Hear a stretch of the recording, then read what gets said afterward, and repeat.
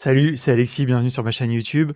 On va parler d'un sujet que je trouve on n'aborde pas assez dans, que ce soit les formations, sur les réseaux sociaux et cetera. Quand on parle d'IA et de LLM, eh ben, on parle pas assez des petits modèles de langage. Donc là, forcément, il y a une actu, j'en profite pour rebondir et pour vous donner un petit peu, mes impressions, là-dessus en général. Alors, vous avez vu la news, GPT-4o mini vient de sortir. C'est une grosse annonce pour OpenAI, même si je trouve qu'elle n'a pas trouvé beaucoup d'écho.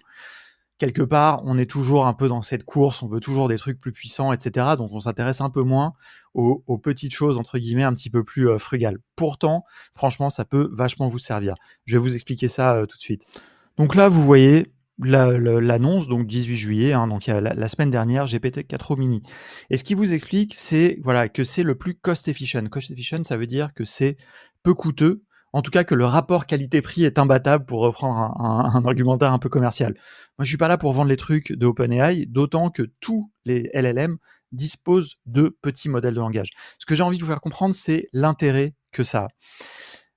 Un des trucs à noter, quand même, que j'ai noté avant que j'oublie, c'est que GPT-4o mini, donc bon, là ils nous font tout un argumentaire pour nous dire que quand même si c'est un petit modèle, il est puissant, etc. Il est beaucoup moins cher que GPT-3.5 Turbo, qui était le modèle pas cher avant, et il peut vous permettre de faire plein de choses qu'on va revoir. Un truc vraiment à noter qui est très important, c'est la fenêtre de contexte. Il peut recevoir jusqu'à 128K tokens, c'est énorme, ça veut dire que vous pouvez vraiment lui mettre beaucoup de texte, et il peut output jusqu'à 16K, donc il peut vous produire en plus du contenu. Alors si vous ne savez pas ce que c'est qu'un token, allez voir les formations qui vont bien, évidemment. Il parle aussi toutes les langues, donc ça c'est pas un problème. Il y a certains petits modèles qui parlent que anglais, donc voilà, mais celui-là, voilà. Donc il dit vraiment GPT-4o mini, il surpasse GPT-3.5 Turbo, qui était le modèle pas cher d'avant. Alors comment ça s'explique le fait que ce soit pas cher, etc. Très franchement, je suis pas non plus un expert vraiment jusqu'à ce niveau-là. Ce qui est évident, c'est que c'est des modèles qui sont entraînés sur beaucoup moins de données, et donc qui vont aussi nécessiter beaucoup moins de performance pour être exécutés. Donc à partir de là, eux, ça leur coûte moins cher, vous, ça vous coûte moins cher.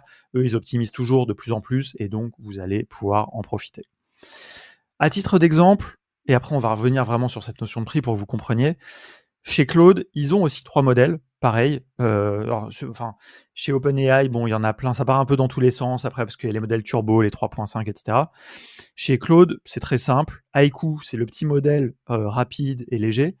Sonnet, dont on a beaucoup parlé, le top du top là pour la génération de code en ce moment, qui en est à la version 3.5. Donc en fait, Sonnet, il est un petit peu plus avancé que les autres en termes d'entraînement, mais il est un peu moins puissant que Opus, qui est le dernier modèle. D'ailleurs, ici, ils ont un autre diagramme que j'aime beaucoup, qui est assez malin, et qui montre que voilà, Sonnet, il est moins cher, mais il est plus avancé en termes d'intelligence par rapport au score sur les tables d'essai, les benchmarks, etc.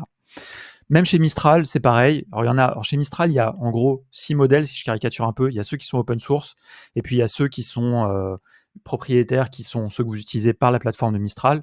Et donc là, vous voyez le Mistral Small. À titre de comparaison, Mistral Small, fenêtre de contexte de 32K. Donc vous voyez, c'est 4 fois moins que le GPT-4o mini.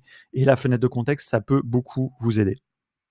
Allez, regardons un petit peu le prix, justement, pour comprendre la différence, et ensuite je vais vous montrer un cas d'usage, évidemment, un exemple. Voilà, je vous ai fait un petit tableau rapide pour comparer GPT-4o, dernier modèle puissant, et GPT-4o mini qui vient de sortir, qui est le petit modèle. Vous pouvez aller regarder sur le site d'OpenAI, vous aurez la liste de tous les modèles, les GPT-4, les 3.5, etc. Et vous verrez d'ailleurs que GPT-4o n'est pas le plus cher, hein, c'est ce qu'ils avaient dit d'ailleurs à la sortie.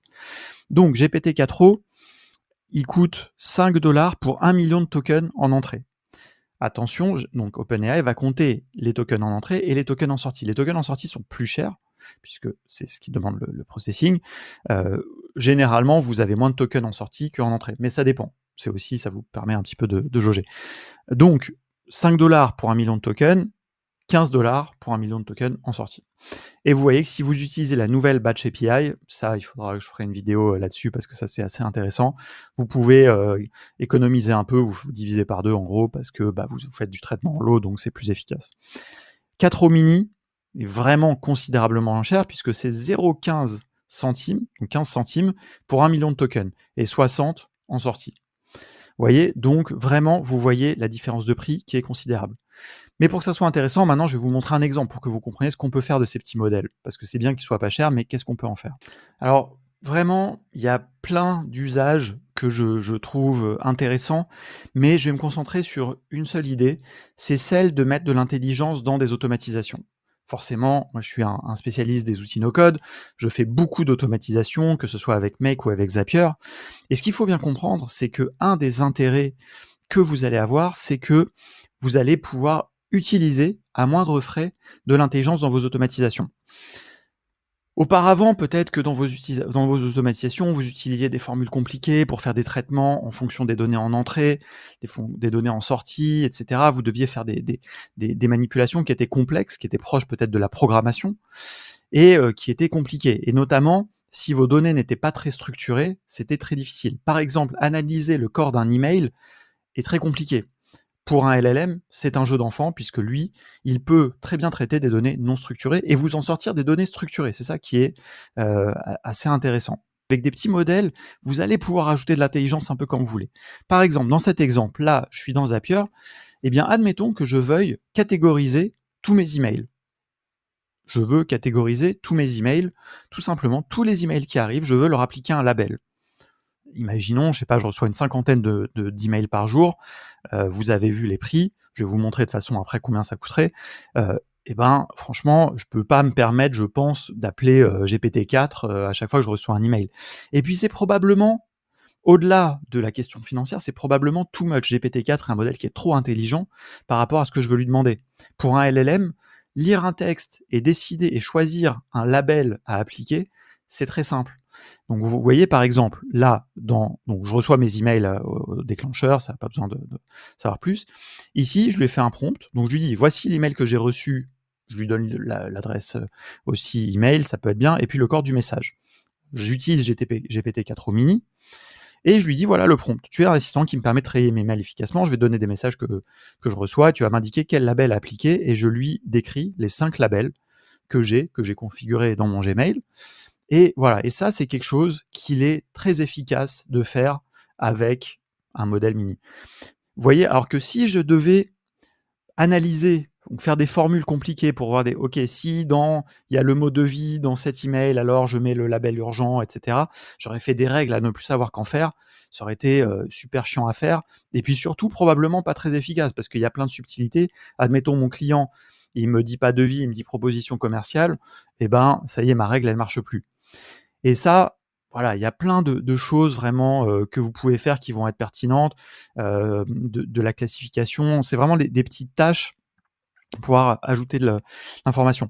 Aussi, par exemple, si je voulais structurer les informations, par exemple, si je lui disais, bah voilà, je veux que tu me donnes le prénom du destinataire, le nom, la valeur de la proposition commerciale sous la forme d'un objet JSON que ensuite je pourrais utiliser pour envoyer à une API ou des choses comme ça. Vous voyez, je peux lui demander de prendre des données non structurées et de les structurer. Voilà, donc ça peut être vraiment des choses qui peuvent être super intéressantes que vous allez pouvoir utiliser. Donc là, vous voyez, je fais ça marche très bien. Je lui ai mis, j'ai fait un test. Voilà, là, il me voit un email. Il me donne ici, là, c'est l'historique des messages. Je vois que voilà, ici, la reply support. Parce que je lui ai demandé de me sortir exactement juste le mot du label. Je veux pas qu'il me donne plus parce que moi, je vais aller l'appliquer tout de suite à l'étape d'après. Et vous voyez surtout ici que tout ça, eh bien, ça a utilisé 1800 tokens de contexte. Alors les tokens de contexte en sortie, il n'y en a pas beaucoup puisqu'à chaque fois je lui demande de sortir un mot. Donc allez, on va dire une dizaine de tokens, c'est pas un problème. Et là, à l'étape d'après, tout simplement, je viens ajouter ce qui est sorti de l'étape précédente à mon email que j'ai reçu à la première étape. Et donc là, on a une automatisation très simple, mais qui potentiellement peut me faire gagner énormément de temps. J'ai pris un exemple simple pour que ça soit un petit peu facile. Et maintenant, ce que je vais vous montrer, c'est comment, combien ça coûterait, quoi, tout simplement de faire ça. Donc maintenant, regardons combien ça coûte pour vraiment que vous compreniez la différence fondamentale. Donc, admettons que là, comme dans notre exemple, voilà, un email, c'est en moyenne 2000 tokens. Donc, c'est 2000 tokens de contexte que vous allez envoyer. Il peut en avoir des plus longs, mais il peut y en avoir aussi des très courts, donc c'est une moyenne. 50 messages par jour, à vous de voir, vous pouvez refaire le calcul si vous recevez beaucoup plus que ça ou beaucoup moins. Donc, ça veut dire qu'on a environ 100 000 tokens en entrée par jour. Pas mal, ça fait 3 millions par mois. 500 tokens en sortie, parce que là, c'est dans notre contexte, en tout cas, dans notre exemple, on a très peu de sorties puisque c'est juste un label, mais c'est ce qui pourrait arriver dans votre exemple. Mais en tout cas, ça vous montre comment faire le calcul. Donc, ça fait 15 000 par mois. 15 000 par mois, c'est pas assez pour que ce soit vraiment intéressant de faire le calcul. Ça fait à peu près 2 centimes pour même le modèle GPT-4o. Donc, on se concentre sur la sortie. La sortie, donc ce qui va être vraiment le prix, hein, c'est là à 0,1% près, c'est le prix que vous avez payé. 4o mini, ça vous coûte 45 centimes par mois ce traitement. Franchement, moi je les paye. Pour avoir un assistant automatique qui me trie mes mails, enfin qui me pré-trie mes mails, on va dire, je les paye sans problème. Avec GPT-4o, c'est 15$ par mois. Là, on arrive sur le prix d'un SaaS, en fait, d'un logiciel sur l'étagère. Vraiment, ça devient pas très intéressant. Et à titre de comparaison, avec GPT-4, 90$ par mois. Parce que c'est un modèle qui n'est pas adapté à ce genre de tâches. C'est beaucoup trop important et GPT-4 est beaucoup trop puissant pour faire ça. À la limite, peut-être vous résumez le mail, et encore, même résumer le mail, GPT-4 mini va très très bien s'en sortir. GPT-4, il faut vraiment le réserver pour des tâches probablement que vous allez faire simplement via l'interface, en fait, quand vous allez discuter avec lui pour avoir vraiment de la qualité. Pour de l'automatisation, restez sur les petits modèles, c'est très important, et vous voyez vraiment les différences de prix. À ce prix-là, avec GPT-4 mini, on peut se permettre d'avoir plein d'automatisations qui utilisent comme ça pour des petits traitements, et je peux vous garantir que ça va vous faciliter la vie. Mais de toute façon, dans les prochaines vidéos, je vous montrerai d'autres exemples vraiment d'usage des petits modèles au fur et à mesure que moi-même aussi je m'en sers. Alors clairement, les petits modèles, c'est pas fait pour générer du code, c'est pas fait pour générer des images. Mais voilà, ça vous donne un peu un ordre d'idée du genre de choses que vous pourriez faire avec vraiment dans le cadre de vos automatisations. Moi, je pense que vraiment les modèles mini, c'est surtout pour un usage à travers les API et surtout donc dans le cadre d'automatisation. C'est ça qui a du sens.